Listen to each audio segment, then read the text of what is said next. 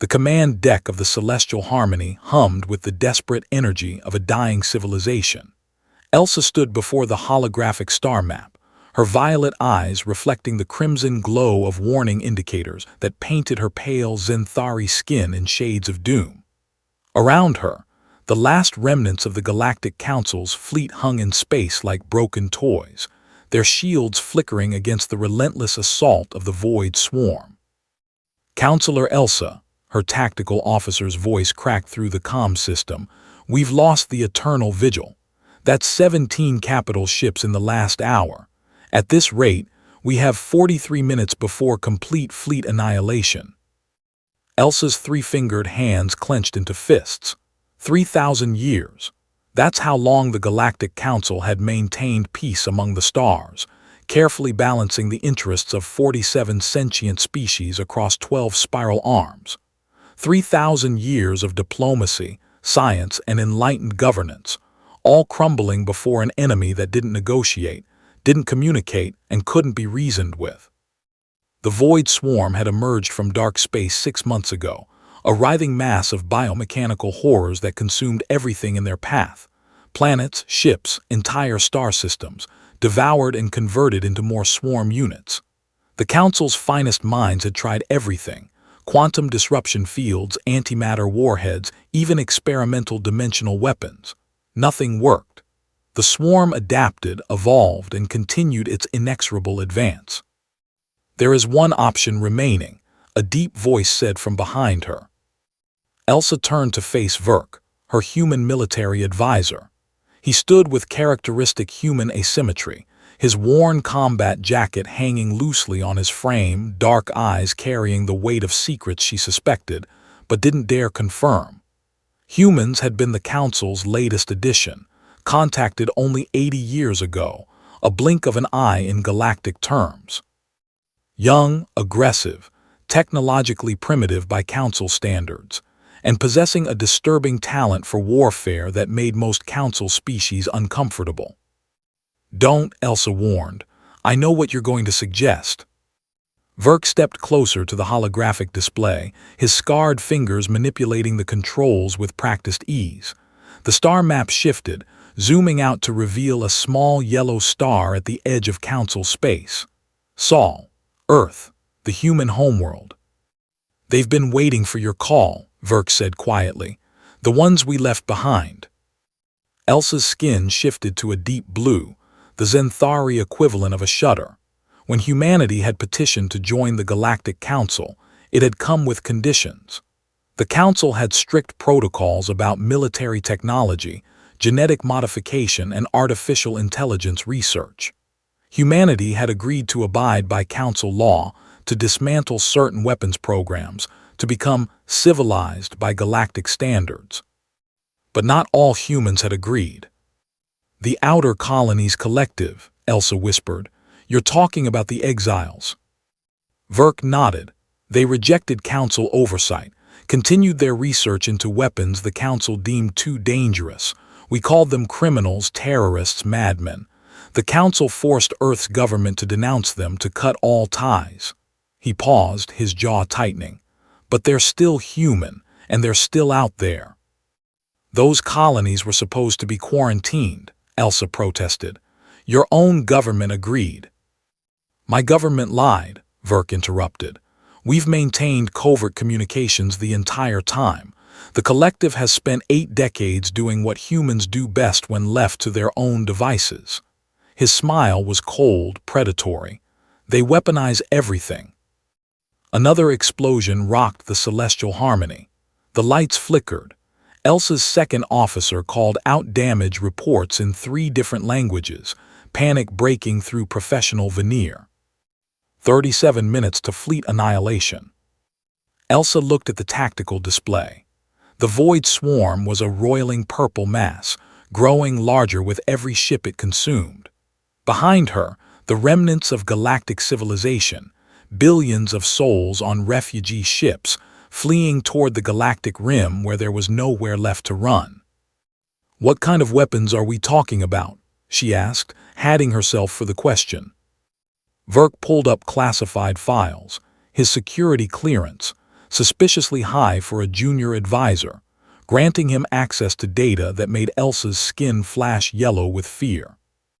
Self-replicating nanophage swarms, causality-violating temporal munitions, consciousness-targeted mimetic kill agents, stellar engineering equipment capable of weaponizing stars, and that's just what they've admitted to.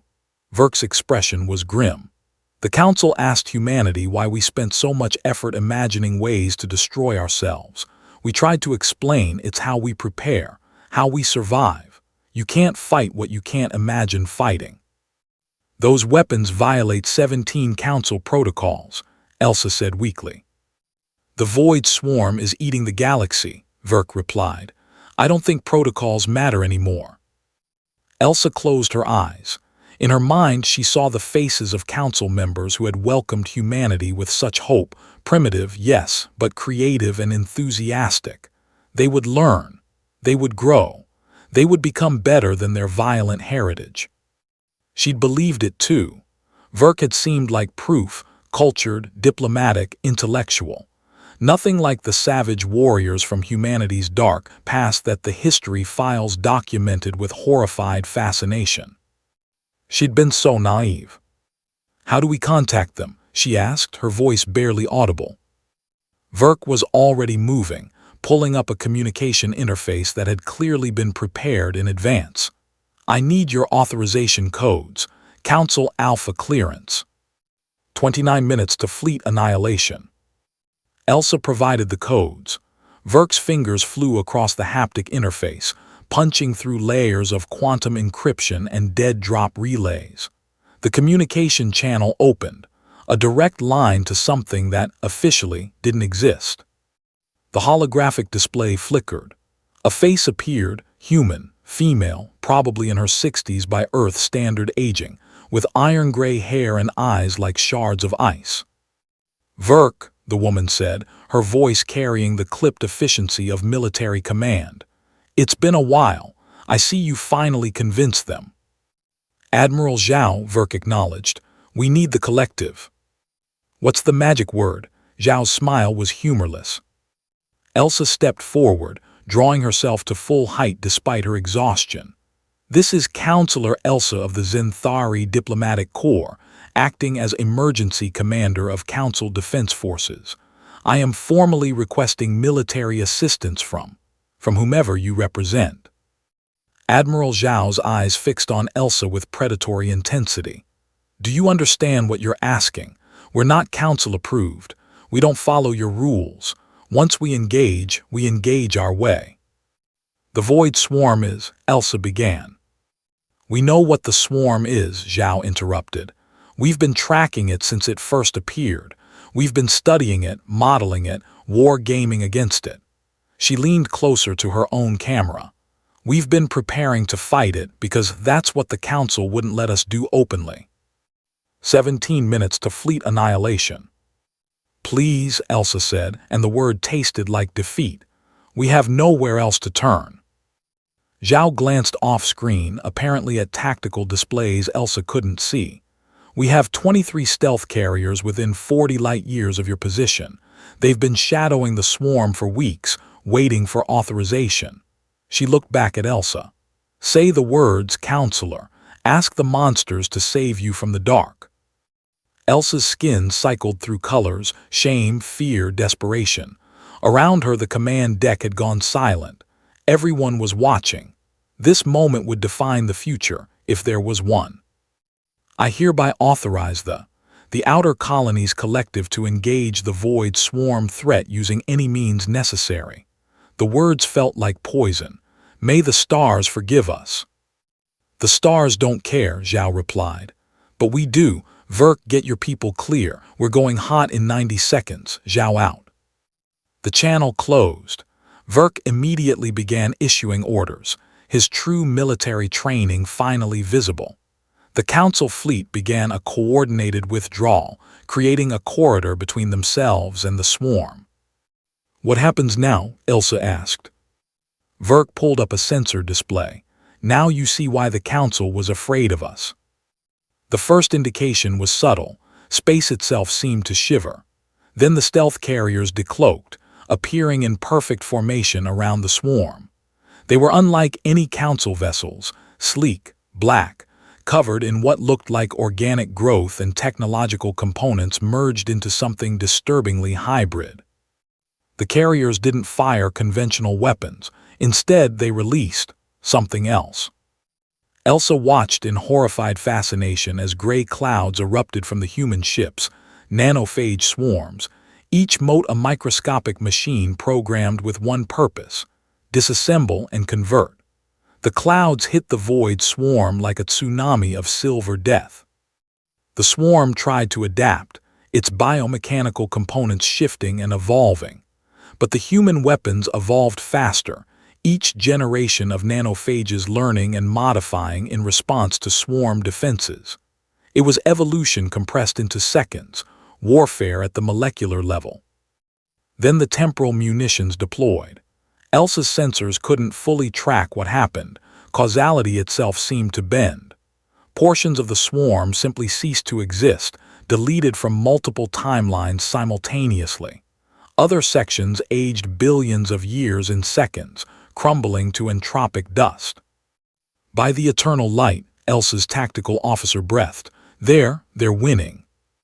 But Verk's expression was grim. This is just the opening move. Wait. One of the human carriers moved forward, positioning itself at the center of the swarm mass. Its hull split open, revealing something that made every sensor on the Council fleet scream warnings. Stellar compression charge, Verk explained quietly. They're creating a miniature star inside the swarm. That will destroy everything within. 100 million kilometers, yes. The human carrier's crew had 3 seconds to evacuate. Elsa's sensors detected no evacuation pods. Verk, she said, horror mounting. The crew. Volunteers, he said flatly. They knew the mission parameters. The star ignited. Space itself screamed. The void swarm was consumed in fusion fire, its biomechanical components unable to adapt quickly enough to survive stellar temperatures. The human carrier and its crew vanished in the same instant. 300 souls, given freely, sacrificed without hesitation. The battle lasted 17 more minutes. When it ended, the void swarm's advance force was destroyed, annihilated so thoroughly that even its scattered remnants had been hunted down and eliminated. The Council fleet floated in stunned silence, surrounded by human ships that had deployed weapons banned by every civilized species for good reason. Admiral Zhao's face reappeared on the holographic display. Counselor Elsa, the immediate threat is neutralized. Our scouts are tracking the main swarm body. We estimate you have 6 months before it regroups and advances again. What do you want? Elsa asked, her voice hollow. Zhao's expression softened slightly. We want what we've always wanted, to protect humanity, to protect our allies, to survive. She paused. The Council tried to civilize us to make us peaceful, but peace is a luxury bought with the capacity for violence. You forgot that, we didn't. The Council will never accept. The Council doesn't have a choice, Zhao interrupted. You called us, you authorized us, and now the galaxy knows we exist and what we can do. Her smile was sad. You wanted humanity to be better than our violent past, but our violence is what makes us useful. It's what keeps you alive. Elsa had no response. Around her, the command deck crew was already analyzing the human weapons, trying to understand what they'd witnessed. Verk stepped beside her. I'm sorry, he said quietly. I should have told you the truth from the beginning, but the Council wouldn't have listened. You had to see us without preconceptions. You're a spy, Elsa said. It wasn't a question. I'm a liaison, Verk corrected. Humanity has always had 2 faces, the one you wanted to see and the one you needed. Council Earth plays by your rules. The collective prepares for the monsters. He looked at the tactical display where human ships maintained perfect formation. Because the universe doesn't care about your rules, and someone has to stand ready when civilization fails. In the weeks that followed, the Galactic Council was forced to negotiate a new arrangement with humanity, both humanities. The Outer Colonies Collective would remain independent, continuing their weapons research, maintaining their readiness. In exchange, they would serve as the Council's shield against existential threats. Elsa, promoted to Grand Counselor for her role in the crisis, spent her nights staring at reports about humanity's true capabilities. The weapons they deployed were merely the beginning. In the shadows of forbidden space, humans had been preparing for apocalypse scenarios the Council couldn't imagine. She thought about the carrier crew who detonated themselves without hesitation, about Admiral Zhao's cold efficiency, about Verk's patient deception. Humanity had taught the galaxy a terrible lesson.